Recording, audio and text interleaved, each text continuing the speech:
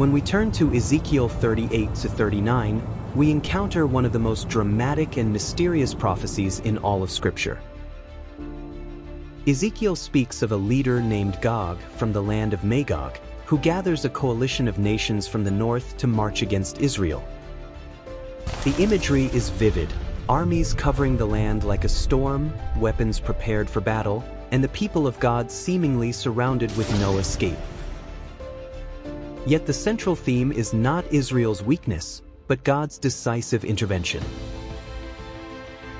The Lord himself rises to defend his people, shaking the earth, sending fire, hail, and confusion until Gog's forces are utterly destroyed. This prophecy raises a pressing question: when does this happen? The timeline of the Gog War is one of the most debated issues in biblical prophecy. Ezekiel describes a 7-month burial of the dead and a 7-year burning of weapons. Such details suggest a literal event, yet no historical record exists of Israel ever undertaking such a massive cleanup. Some conclude the Gog War is still future, unfolding near the end of the tribulation and overlapping into the millennium.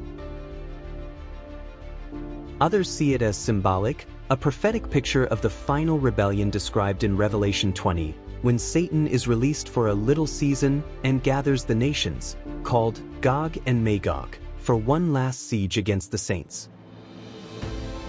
The distinction matters. If Ezekiel's Gog War is a separate, future event, then we must expect a northern coalition to rise against Israel before Christ's return. If it is symbolic of the final Gog-Magog war, then Ezekiel and Revelation are describing the same rebellion in different language. Either way, the message is clear: no siege can stand against the Lord of hosts. In this teaching, we will explore the prophecy of Gog, examine its timeline, and ask the hard questions about whether it is past, future, or symbolic. More importantly, we will see how the Gog War reveals God's sovereignty over history, his defense of his people, and his ultimate victory over every enemy.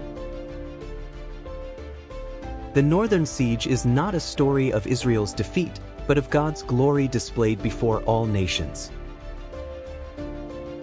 The Gog War, the northern siege.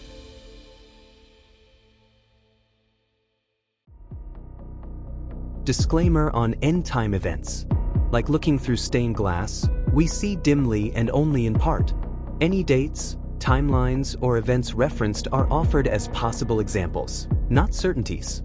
The Gog War and other prophetic events may unfold soon or later, but we cannot know for sure.